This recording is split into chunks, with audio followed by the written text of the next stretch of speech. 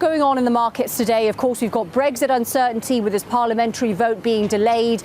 Meanwhile, we've had big moves in Indian assets following the surprise resignation of the RBI governor over there. As we head towards the end of 2018, do the equity markets look oversold to you and ripe for a buying opportunity?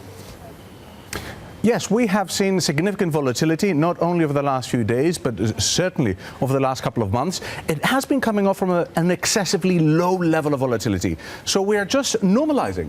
This is what volatility should be like at this later cycle in the economy. In terms of asset classes, yes, we could have a rebound towards year end, especially as we identify probable cause for both China and the US to be more conciliatory in terms of those risks, and especially if we're to consider Mr. Trump's willingness to save the US economy.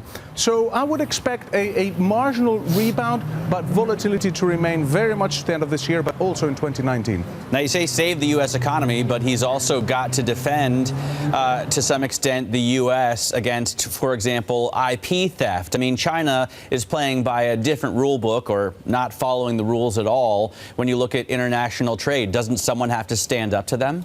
I think there are some issues there, and these issues had been avoided for a number of administrations. So whether one likes or does not like President Trump from political beliefs, he is taking this tackle on.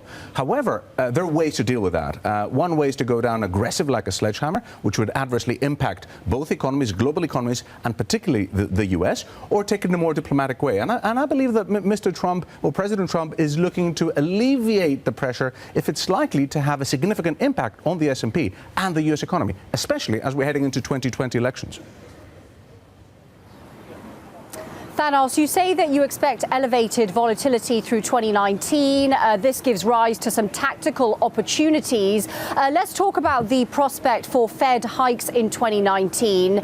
You're expecting, I believe, a dovish hike from the Fed this month. Going into 2019, what's your outlook and what opportunities would you take tactically to trade the Fed, if that's possible? Well, I think that we expect the Fed to move this out of the year end and maintain a dovish comment.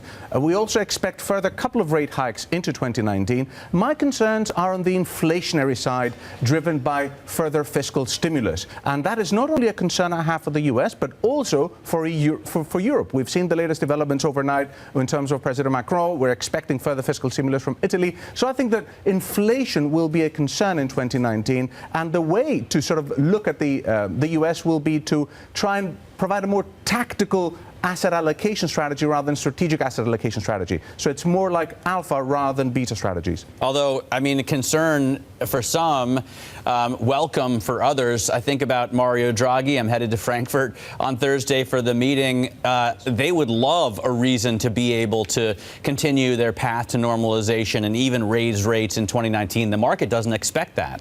I think you're right, Matt. And there are differences in terms of inflation. So inflation would be positive in terms of the ECB, or some measures of inflation for the ECB, maybe not for the Bundesbank, but certainly for ECB and Mr. Draghi. And then the question comes in, Mr. Draghi is not going to be here this time next year. So we're going to be having a replacement, most likely, in my view, a Finn. Most likely Likanen from that, who's also going to be more hawkish and closer to the Germanic thinking. But you're right to say, in terms of the inflation, more positive in terms of Europe, less positive, I think, in the UK, should it happen, and of course in the US as well.